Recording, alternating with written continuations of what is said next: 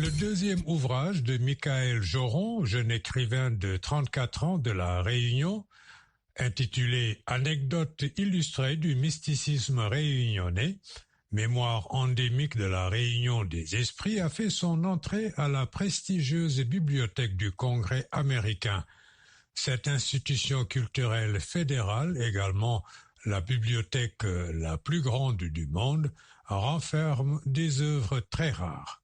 Pour Michaël Joron, l'inscription de son livre à ce patrimoine culturel mondial est probablement due à la rareté du sujet du mysticisme vu sous un angle culturel qu'il y évoque.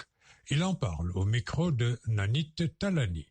Ce livre parle beaucoup de l'ésotérisme et du mysticisme qui règne sur notre île. On dit souvent dans la culture populaire que notre territoire afro-asiatique, parce que la Réunion c'est une terre africaine, mais aussi un croisement entre l'Asie et l'Afrique, notre territoire afro-asiatique est régi par le monde des esprits.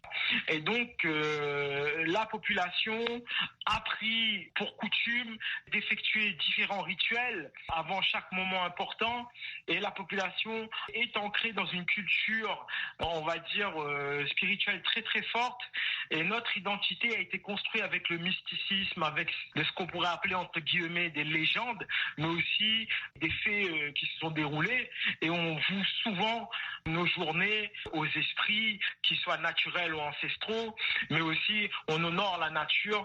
Et que représente pour vous le fait que votre ouvrage se trouve actuellement à la bibliothèque du Congrès américain?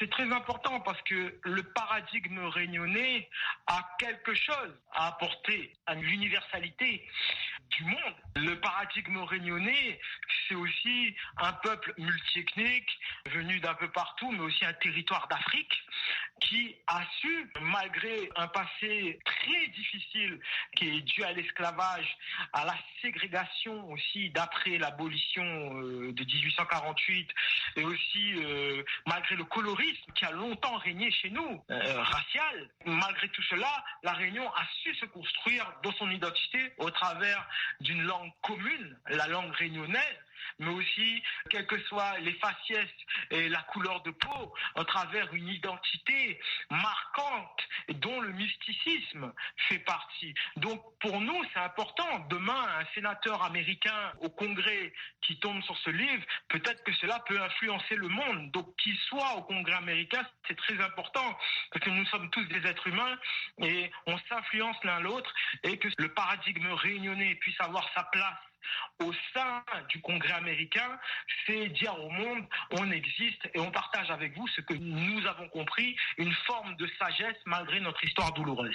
Qu'est-ce qui a fait que votre livre soit sélectionné pour être dans la bibliothèque du Congrès américain? Je pense que ce livre, dans sa rareté, c'est-à-dire on parle réellement d'un pan de l'humanité que l'on a rarement étudié, c'est-à-dire le mysticisme, et qui plus est réunionnais.